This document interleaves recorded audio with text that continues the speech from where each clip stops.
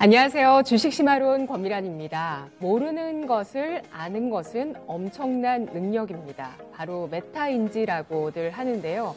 이 메타인지는 내가 무엇을 알고 모르는지를 아는 것을 이야기합니다. 모르는 것을 아는 척할 때도 위험하지만 진짜 위험한 건 내가 모르고 있다는 사실조차도 모를 때라고 하는데요.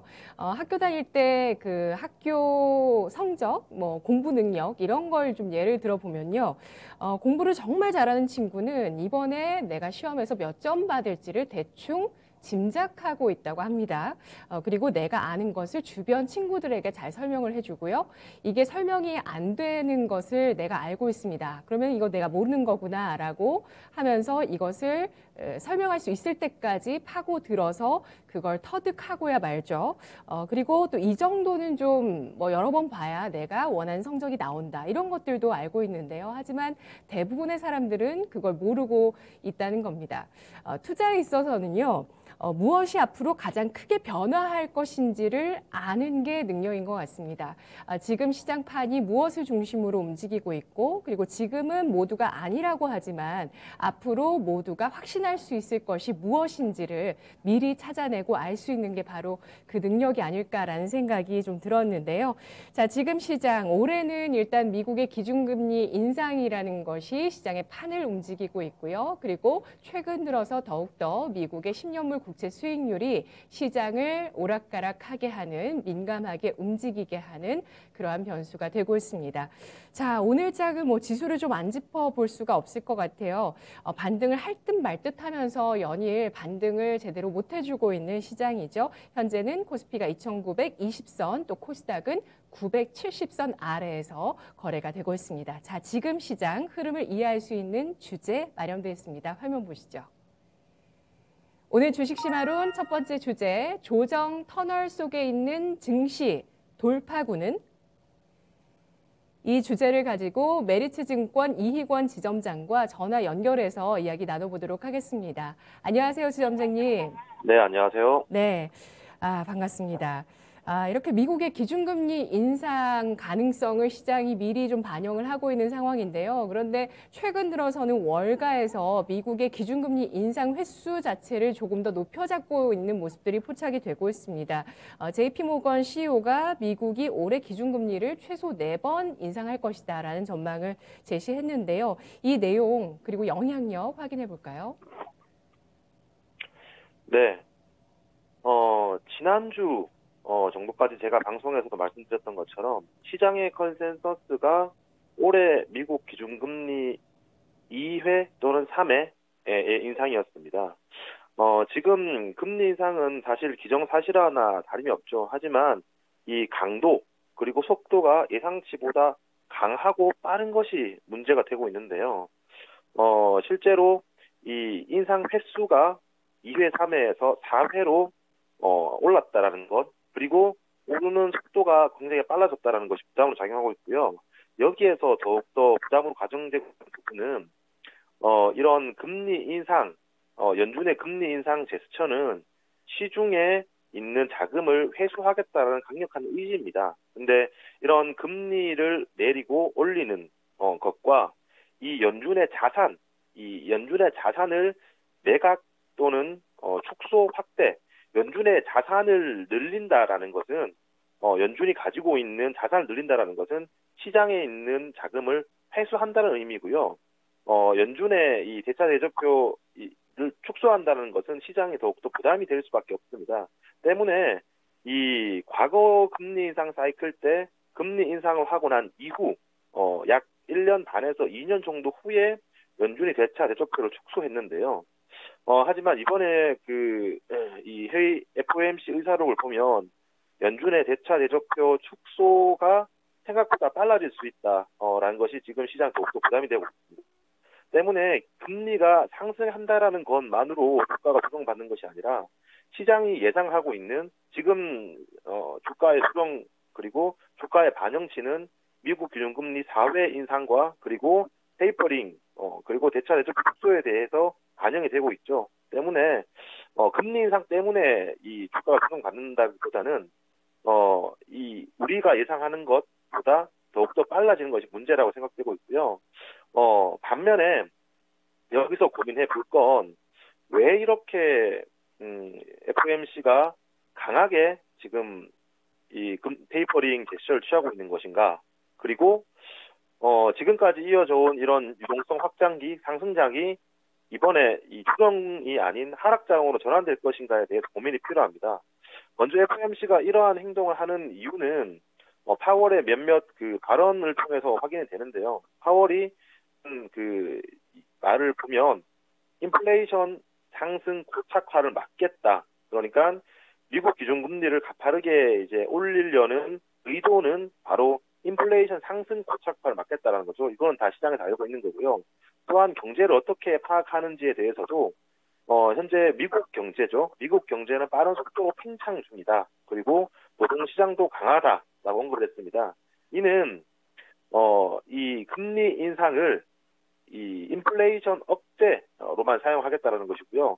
또한 이 만약 인플레이션과 금리 이상으로 인플레이션 이상으로 금리 인상을 가져가지는 않을 것이다라는 게 확인되고 있습니다. 때문에 이런 상승장이 하락장으로 전환될 것인가에 대한 의문은 과도한 금리 인상 그리고 인플레이션이 정말 실물 경기를 꺾는다라면 하락 추세로 전환되는데 저는 그 파월 의장의 발언을 확인해 보면 이 인플레이션보다 과한 금리 인상 그리고 경기를 꺾을 만한 금리 인상은 없을 것이다. 또한 지금 시장에 다만 아쉬운 건 우리나라의 경기는 좋지 않지만 미국 경기는 워낙 좋은 상황이기 때문에 고용도 거의 완벽 고용도 가까울 만큼 올라가고 있다라고 합니다. 하지만 우리나라는 미국 경기에 비해서 다소 부진한 면이 아쉬운 점이긴 하지만 결국 연준이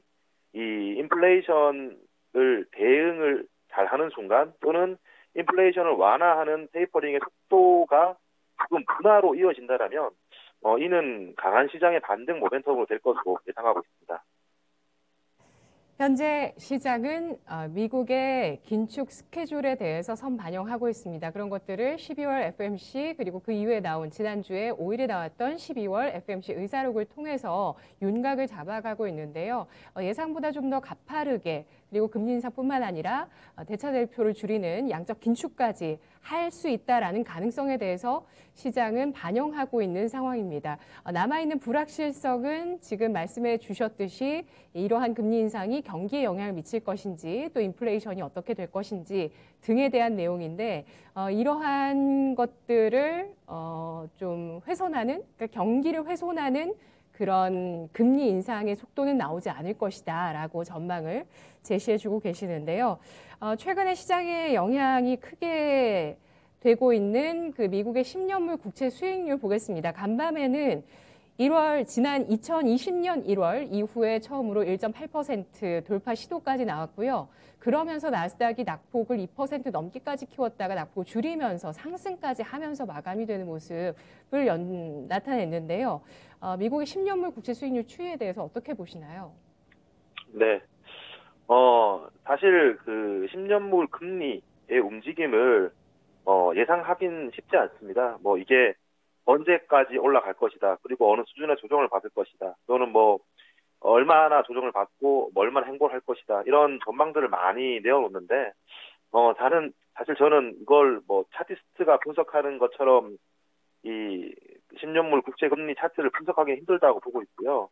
때문에 어디까지 올라간다. 이보다, 이 중요한 건 지금이라도 팔아야 되는 하락장의 전환인가? 아니면 지금까지 있어 왔던 것처럼 일부 조정 이후에 다시 한 번 더 그 신고가 또는 상승장으로 진행되는 상승장의 중간 과정인가가 계속 고민을 하고 있거든요. 근데 거기서 중요한 건 사실 예측이나 전망이 불가한 10년물이 어디까지 올라가냐보다는 결국 하락장으로 전환되기 위해서는 경기가 무너지거나 또는 우리가 예상치 못한 리스크가 발생돼야 되는데 이게 저는 더 중요한 포인트라고 생각됩니다. 그럼 이 단순히 10년물 차트가 지금 시장의 가장 큰 포인트이긴 하지만 경기로 관점을 확대한다면 이 장단기 금리차가 또한 함께 중요하다고 생각되거든요.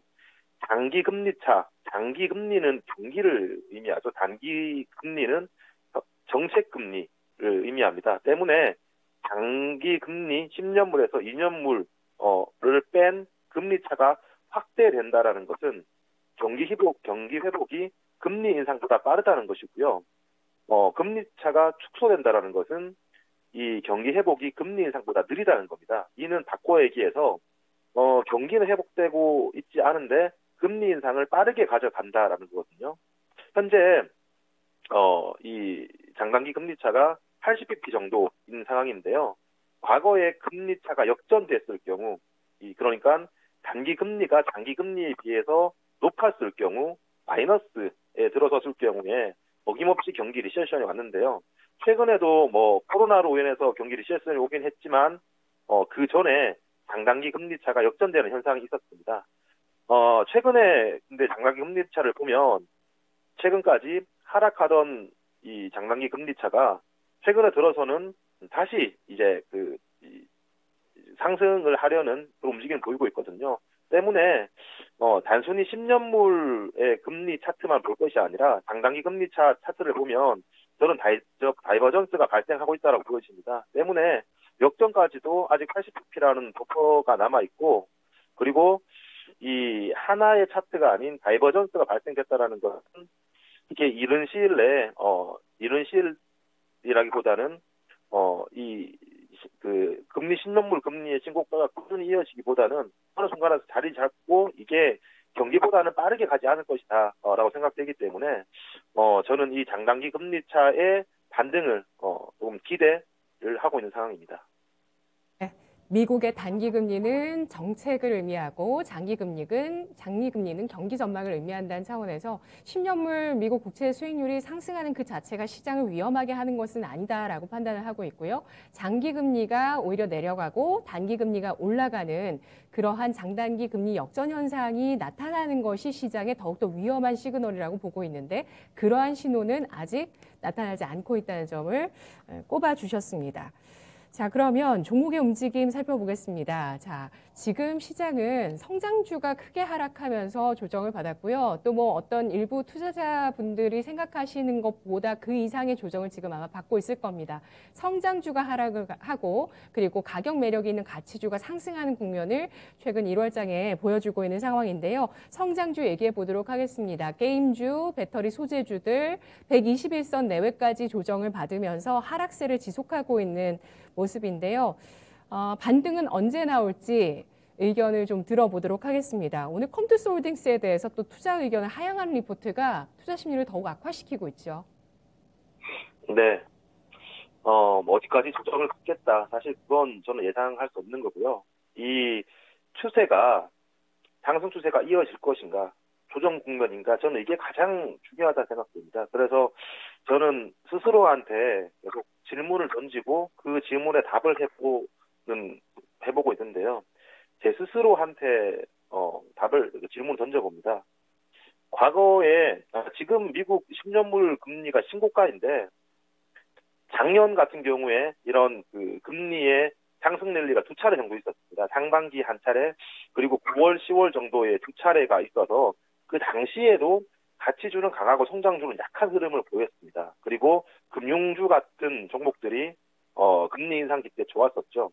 그러면 생각해 볼 게, 지금 미국 10년물 금리는 신고가를 가고 있다라면 이 금리가 오를 때 수혜를 받는 가치주들은 함께 신고가를 가야 되는 게 맞는 말입니다. 근데 롯데케미칼, 대표적으로 롯데케미칼이나 포스코, 이 경기 민감주들, 소위 말해 가치주, 금리와 함께 움직이는 종목들은 지금 신고가라기보다는 계속해서 주가가 하락하고 있는 가운데 살짝 며칠 반등하는 그런 흐름입니다. 그러면 이게 긴 시계를 길게 돌려봤을 때 맞는 현상이거든요. 때문에 만약 금리가 신고가를 가면서 계속 가치주가 신고가를 간다라면 달라지는 얘기겠지만, 저는 이러한 현상은 우리가 여기서 가치주를 과연 얼마나 포트폴리오에 편입해야 될 것인가에 대한 답을 주는 것 같고요.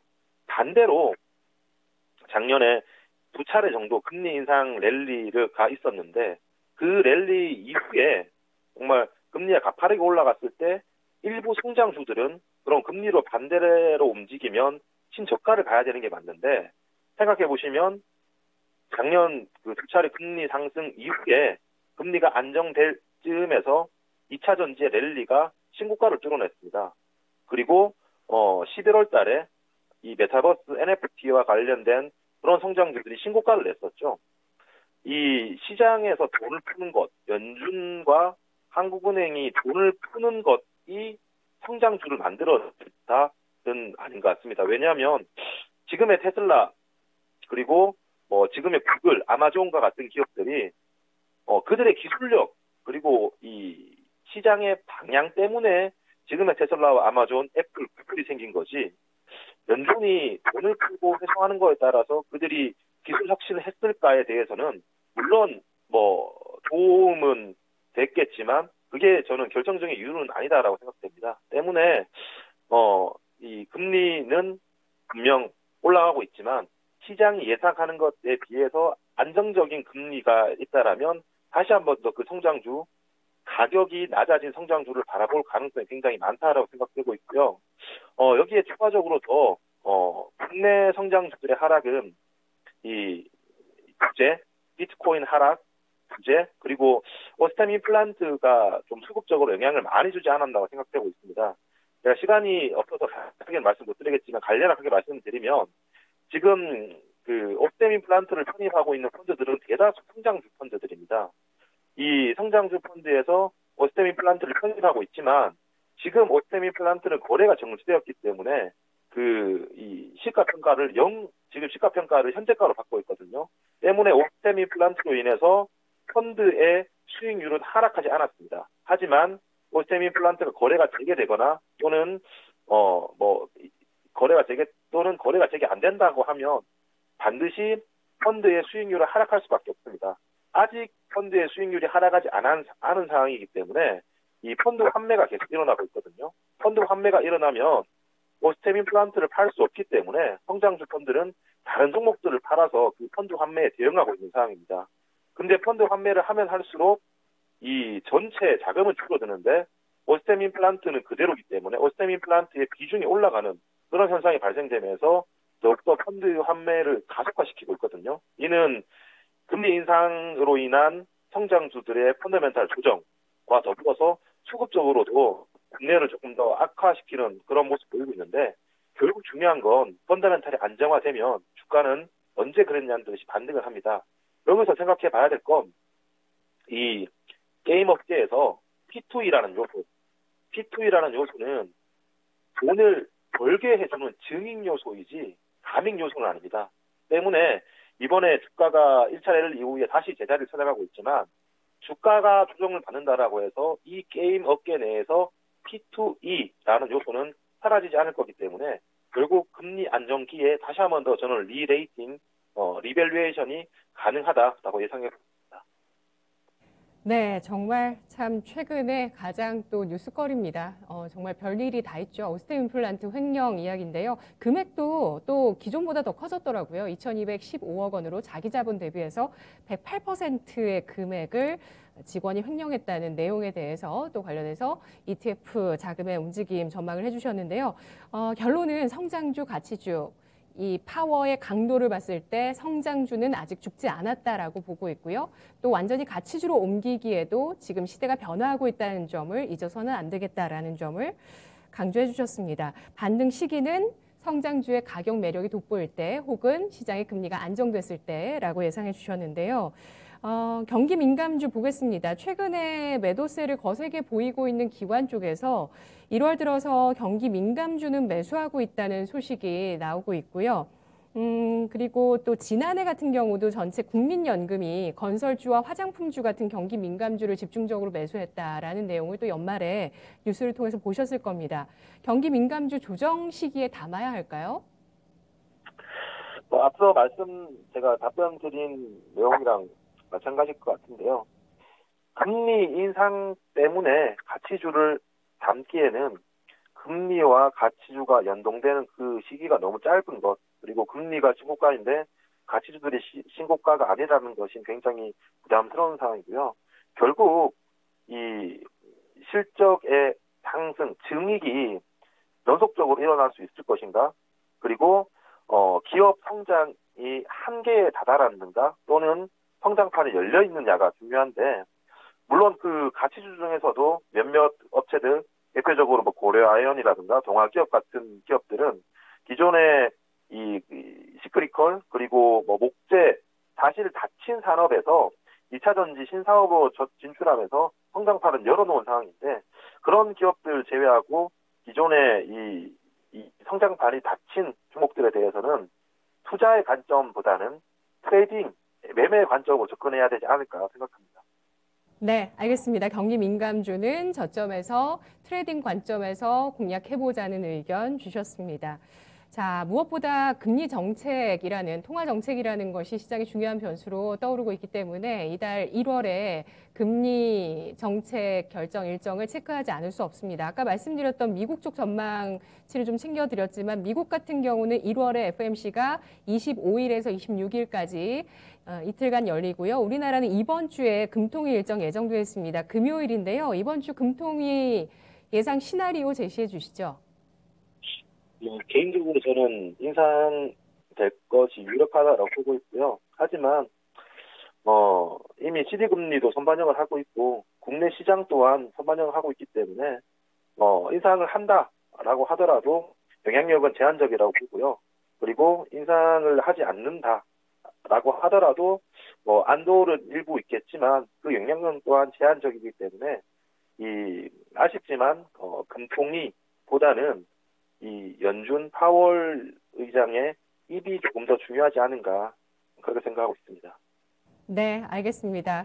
연준 의장의 발언은 우리가 내일 아침에 확인할 수 있죠, 지점장님?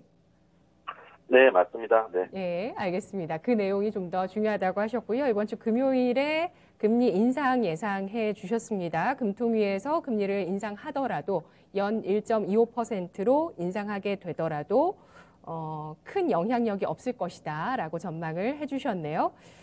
오늘 분석 여기까지 들을게요. 지점장님 고맙습니다. 네, 감사합니다. 네. 기준금리 전망에 대해서는 우리나라 기준금리 전망 좀 많이 엇갈립니다. 연말까지 봤을 때 기준금리가 1.25% 이게 코로나 이전 수준이거든요. 이 수준에 머물 것이라고 보는 전문가가 있는가 하면 1.75%까지 높일 것이다라는 의견도 제시가 되고 있습니다. 그러면 올해 세 차례 금리를 올릴 것이다라는 전망도 나오고 있다는 거고요. 금리 인상 내후년까지 계속될 것이라는 의견, 그리고 1월에 멈출 것이라는 의견 제각각 나오고 있는 모습인데요. 첫 번째 주제 알아봤고요. 이어서 두 번째 주제 함께 하시죠. 막 오른 실적 시즌, 훈풍 이어갈 업종은? 시장이 조정장이고 어렵습니다만 그래도 4분기 실적 시즌의 훈풍을 이어갈 수 있을 그 흐름을 또 잡아보도록 하겠습니다. 오늘 토마토 투자클럽 이광무 전문가를 웹캠으로 연결하겠습니다. 전문가님, 안녕하세요. 네, 안녕하세요. 이광무 전문가입니다. 네, 바로 지난주에 금요일에 삼성전자와 LG전자가 공시를 통해서 4분기 잠정 실적을 발표했습니다. 삼성전자, LG전자 4분기 실적 발표 내용 짚어주시죠. 일단 삼성전자, LG전자가 이제 나란히 사상 최대 매출을 기록했다는 점이 상당히 특징적일 것 같고요. 이 때문에 전반적인 IT 업황에 대한 투자 심리가 상당히 살아나 있는 상태였습니다. 그리고 삼성전자, LG전자에 대한 실적 발표를 앞두고 해서 전반적으로 글로벌 증시 전체적으로 좀 투자 심리가 좋았었거든요. 최근에 와서는 국채금리에 대한 변동 때문에 IT 종목들에 대한 움직임들이 좀 침체되긴 했지만, 전반적으로 투자 심리에 대한 중심이 IT 섹터들 실적 중심에 있다라고 보셔도 과언이 아닐 것 같습니다. 일단 삼성전자부터 하나씩 짚어보면요. 지난해 전체적인 매출액에 대한 이야기들이 나왔는데, 279조 400억 정도의 진행이 나왔습니다. 물론 이제 그동안에 2분기, 3분기, 4분기 어닝 서프라이즈 연속적으로 기록하면서 연간 실적에 대한 부분들도 사상 최대 매출을 기록했다라는 점 긍정적으로 보시면 좋을 것 같고요. 그리고 제가 이 삼성전자에 대한 내용들을 항상 강조드렸을 때 삼성전자는 세 가지 사업부로 운영이 됩니다. 첫 번째는 다들 아시겠지만 반도체 사업, 그리고 두 번째는 모바일 사업, 그리고 세 번째는 가전제품에 대한 사업을 중요하게 보는데 사실 삼성전자의 전반적인 이 사업 부분이 모두 다 고르게 상승을 했지만 가장 역시 시장에서 주목받았던 것은 반도체 업황이 아닐까 생각합니다. 반도체 사업 부분에서 절대적으로 실적이 잘 나왔고요. 그런데 지난해 같은 경우에는 상반기 때 반도체 실적에 대한 부분들은 긍정적이었다가 하반기 때 갈수록 반도체 업황에 대한 둔화가 나오지 않을까 예상을 했었는데 그럼에도 불구하고 연속적인 어닝 서프라이즈 결국에는 사상 최대 매출을 연간 실적을 내놓았기 때문에 반도체 업황 앞으로 그러니까 특히나 올해 좀 더 좋아진다면은 지난해 기록했었던 사상 최대 매출도 올해 다시 한번 더 경신하지 않을까. 전반적으로 시장에 대한 컨셉을 좀 높이 보고 있는 그런 시점이라고 볼 수 있겠고요. 여기에서 삼성전자는 반도체 업황뿐만 아니라 스마트폰에 대한 신제품이 상반기보다는 하반기에 밀려왔다가 내년에도 계속해서 좀 속도감을 좀 다시 한번 좀 찾아 나가지 않을까 생각을 하고 있고요. 그리고 상대적으로 기존에 있었던 5G 모델 중에서도요. 폴더폰에 대한 스마트폰에 대한 출시를 계속해서 연속적으로 낼 것으로 보고 있기 때문에 상당히 좀 고마진 제품에 대한 이 실적에 대한 기대감이 좀 있다라고 보시면 좋을 것 같고요. 이 때문에 삼성전자에 대한 주가에 대해서는 크게 걱정하지 않을 것 같습니다. 다음은 이제 LG전자인데요. 사실 LG전자도 사상 최대 실적에 대한 기록은 나왔지만은 지난해 같은 경우에는 여러 가지 좀 사업 부분에 대한 변경이 좀 있었습니다. 스마트폰 사업에 대한 철수에 대한 얘기들도 있었고, 그럼에도 불구하고 새롭게 이 기업 재무제표에 대한 개선과 또 실적까지 크게 진행이 되었는데, 지난해 전체 매출이 74조 7천억 대였습니다. 연간 매출액이 70조를 돌파한 거는 이번이 처음인데, LG전자 같은 경우에 삼성전자와 좀 다른 결이 있다라고 보입니다. LG전자 같은 경우에는 그래도 코로나에 대한 환경 속에서 전체적으로 좀 일시적인 경기 소비에 대한 위축이 좀 나오긴 했지만은 그래도 이 경기 회복에 대한 시그널이 나올 때마다 가전 사업 부분에 대해서의 실적이 상당히 좋았습니다. 전반적으로 프리미엄 이 가전 사업에 대한 부분들이 좀 성과를 크게 냈다고 볼 수 있겠고요. 지난해 삼성전자도 프리미엄에 대한 그러니까 2년 전에 삼성전자 그리고 지난해 삼성전자 역시 프리미엄 가전에 대한 부분들이 좀 되살아나면서 전체적인 실적에 서포트가 됐는데 LG전자는 이 부분이 좀 더 크게 성장했다는 점을 좀 긍정적으로 보시면 좋을 것 같고요. 그리고 앞으로 경기 회복에 대한 부분들이 코로나 사태 속에서 조금 더 살아난다면은 소비 가전에 대한 이 좀 시장이 살아나지 않을까. 그러면은 앞서 삼성전자에 대한 배경도 좋을 것 같고 지금 LG전자에 대한 힘도 상당히 커지지 않을까라고 생각을 하고 있습니다. 더군다나 LG전자에서 좀 더 주목이 되는 이유는요. 기존에 있었던 이 스마트 사업 부분의 부분들이 철수됐는데도 불구하고 새로운 대체 산업에 대한 신사업이 상당히 좋았거든요. 전장 사업에 대한 이 부분이 상당히 실적 변화가 눈부시게 좀 성과를 내고 있다는 점. 전체 글로벌 시장에서 전장 부품에 대한 순위도 좀 점유율도 높아지고 있고요. 지난해보다 2022년 올해보다 향후의 일정에 대해서 시장에 대한 점유율이 더 높아질 것으로 보고 있기 때문에 LG전자에 대한 컨센도 상당히 좀 높아지지 않을까라고 생각을 합니다. 좀 전반적인 시장에 대한 투자 심리가 IT 쪽에서 나타났다는 점 긍정적으로 보셔도 좋을 것 같습니다. 네. 지난 4분기 그리고 지난해의 삼성전자와 LG전자의 실적, 지난해 전체 매출이 사상 최대를 나란히 기록했습니다. 이 안에서 앞으로 이들 기업의 펀더멘털에 대해서 기대할 수 있을 만한 이 펀더멘털을 업그레이드할 수 있을 만한 요인도 충분하다고 판단을 하고 있는데요. 삼성전자는 인텔을 또 LG전자는 월풀의 매출을 뛰어넘은 것은 물론이고 삼성전자 같은 경우 D램의 업황 그리고 또 스마트폰 기대 요인 말씀해 주셨고요. LG전자는 전장 부품, 특히 올해 전장 부품 사업부는 흑자 전환 예상이 되고 있죠. 그리고 가전, 프리미엄 가전으로서 글로벌 시장에 안착하고 있는 부분 긍정적인 점수를 주고 있습니다. 원자재 가격 상승과 또 물류 비용에 대해서는 또 우려하는 시각도 있는데요. 이런 것들보다 펀더멘털 상향 요인에 대해서 더 주목해 주고 계시는 모습입니다. 양호한 실적이 예상되는 업종들 좀 살펴보겠습니다. 이런 삼성전자, LG전자뿐만 아니라 DB하이텍의 실적도 좀 기대가 되고 있고요. 그리고 뿐만 아니라 여러 전기차라든지 이런 쪽으로 납품을 할 것이다라면서 뭐 KC라든지 사바콘덴서 같은 여러 IT주들도 오늘 상승세를 좀 크게 높이고 있는 모습 눈에 띄고 있고요. 여기에 셀트리온 헬스케어도 4분기 어닝 서프라이즈가 예상된다는 부분을 지난 연말부터 우리가 그 전망치를 좀 확인을 했었는데요. 이렇게 바이오와 IT 관련한 실적 기대감이 높아지는 것 같습니다. 양호한 실적이 기대되는 업종은 뭐가 있을까요? 일단 IT는 전반적으로 반도체, 2차 전지, 전기차에 관련된 부분들이 좀 계속 눈에 띌 것 같고요. 그리고 바이오 쪽에서는 좀 종목별로에 대한 이 차별화가 좀 나올 것 같습니다. 물론 이제 지난해까지 해서 현재도 마찬가지겠지만 이 코로나 사태 속에서 제약바이오에 대한 시선이 계속해서 투자 심리가 좌지우지되고 있는데 아마도 이 코로나에 대한 일정에 대한 부분들 때문에 바이오를 보기보다는 지난해 같은 경우에는 바이오 종목들이 상당히 큰 곡선을 그렸다가 또 큰 주가 조정이 나왔습니다. 긴 시간 동안에 조정을 받았다고 생각이 되고, 여기서 이제 차별화 전략으로 해서 실적이 나아지는 바이오 종목들에 대한 선별 작업이 나오지 않을까 생각이 되는데, 그렇게 본다면 가장 대표적인 삼성바이오로직스라든지, SK 바이오사이언스라든지, 그리고 셀트리온 그룹주들을 항상 눈여겨봐야 되지 않을까 생각이 되고 있는데요. 최근에 와서는 이제 셀트리온 이 그룹주들에 대한 실적 발표를 상당히 긍정적으로 보고 있습니다. 우선 이제 4분기 때 역대 최고 분기 실적을 내놓을 것이다라고 시장에서 좀 전망을 하고 있는데, 셀트리온 그룹사들이 전반적으로 모두 다 고르게 상승할 것 같습니다. 그 이유는 셀트리온이 가지고 있는 코로나에 대한 이슈는 사실은 추가적인 이 모멘텀에 대한 플러스 알파 요인이 될 것 같고요. 대신에 셀트리온은 기존에 있었던 제품군에 대한 수요가 꾸준할 것이기 때문에 앞으로 계속해서 실적주로 본다라면은 지금의 위치의 셀트리온을 다시 봐야 되지 않을까 생각을 하고 있습니다. 우선은 이제 셀트리온 내부에서는 램시마에 대한 이 수요가 상당히 중요한 위치를 가지고 있는데요. 램시마가 지금 이 주요 국가 안에서 매출 성장을 좀 기록을 했고, 그리고 특히나 이제 미국 지역 안에서 점유율이 상승하고 있다는 점은 상당히 긍정적으로 볼 수 있을 것 같습니다. 램시마, 레미케이드에 대한 이 위치가 점차 좀 이 시장의 선점이 좀 희석이 되고 있는 상태이기 때문에 특히나 이 원료 의약품에 대한 선택이 가장 많은 미 지역에서 램시마에 대한 위치가 상당히 높아지고 있다는 점.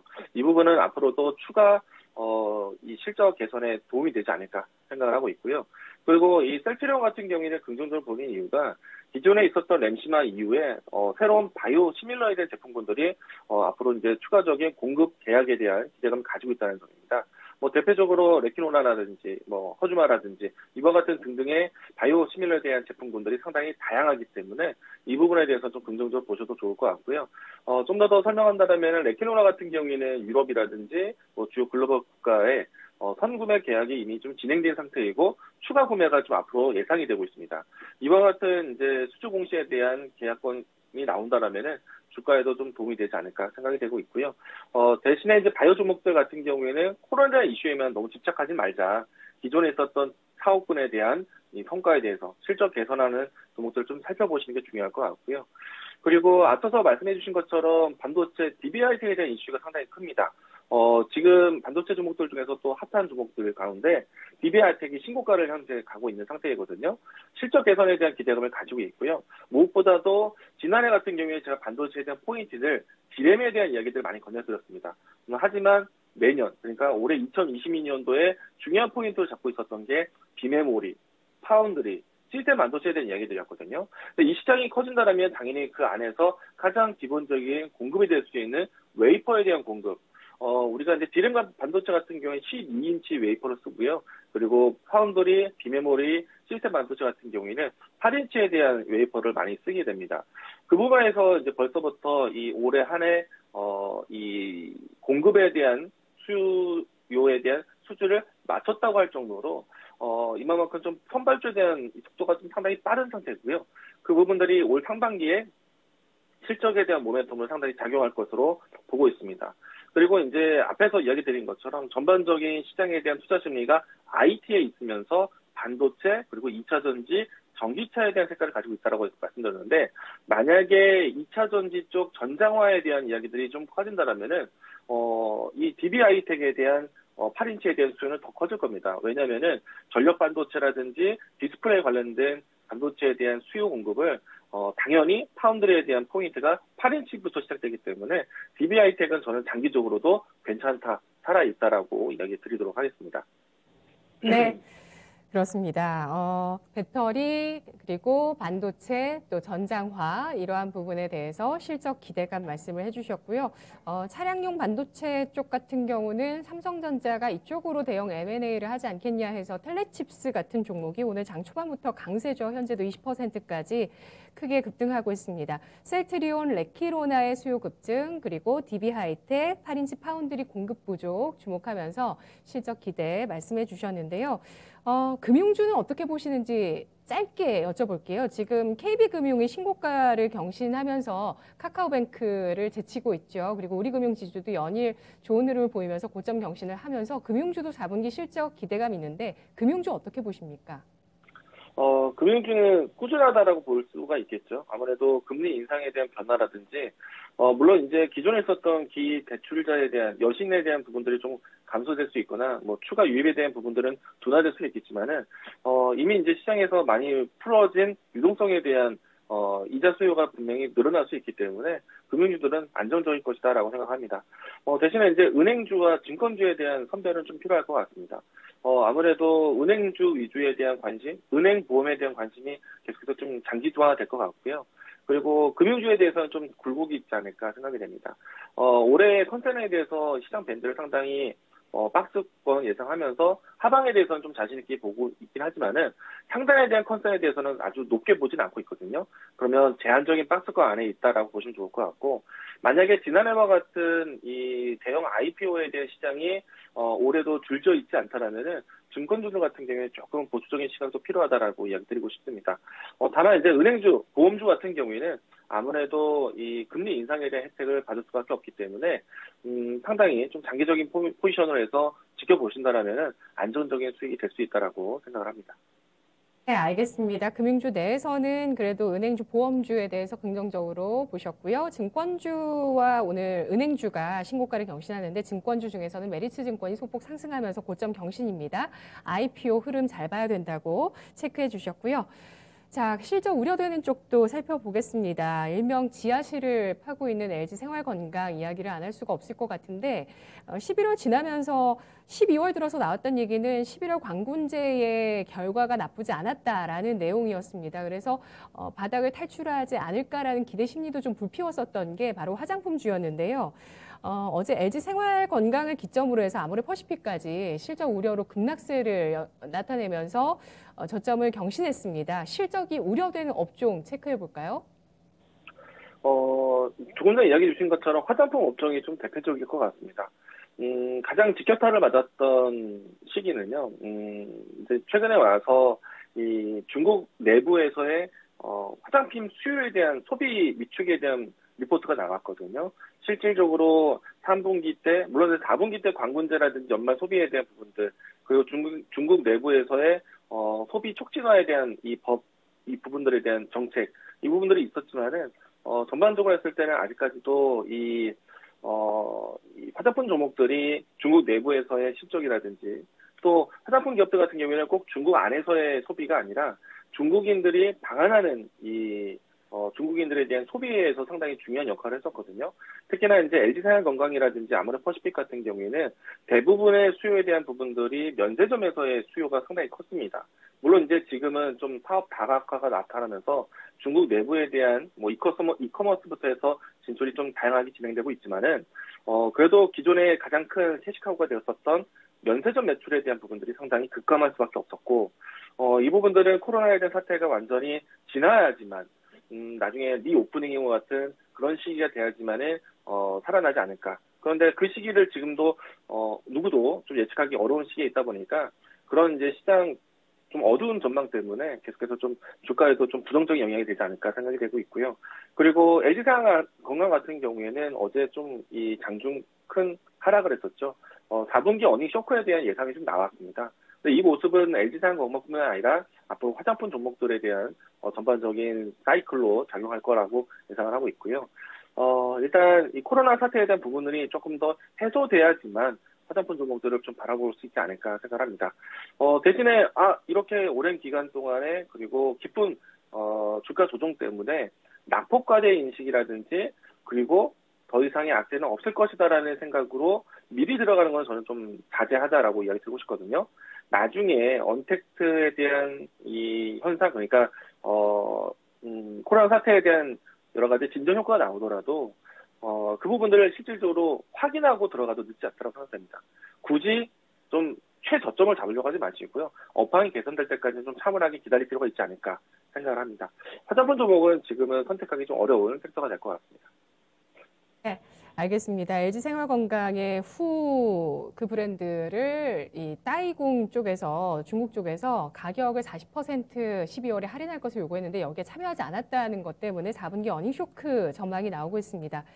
화장품주가 반등하기 위해서는 리오프닝이 좀 더 강화돼야 될 것이라는 점 전망해 주셨습니다. 자, 그러면 올해 첫 실적 시즌인데요. 지난해 4분기죠. 올해 첫 실적 시즌 관전 포인트 알아볼까요? 일단 이 올해에 대한 전망, 일단 상반기, 하반기 분위기가 좀 달라질 거라고 기대를 해보고 있거든요. 왜냐면은 코로나에 대한 일정이 아직까지도 불확실성하기 때문에 올해 전체적으로 바라보기엔 좀 어려울 것 같고요. 일단 지금 현재 상반기만 봤을 때는 외국인의 수급이 바로 알려주고 있다고 생각합니다. 저는 계속해서 IT 중심으로 좀 지켜볼 것 같고요.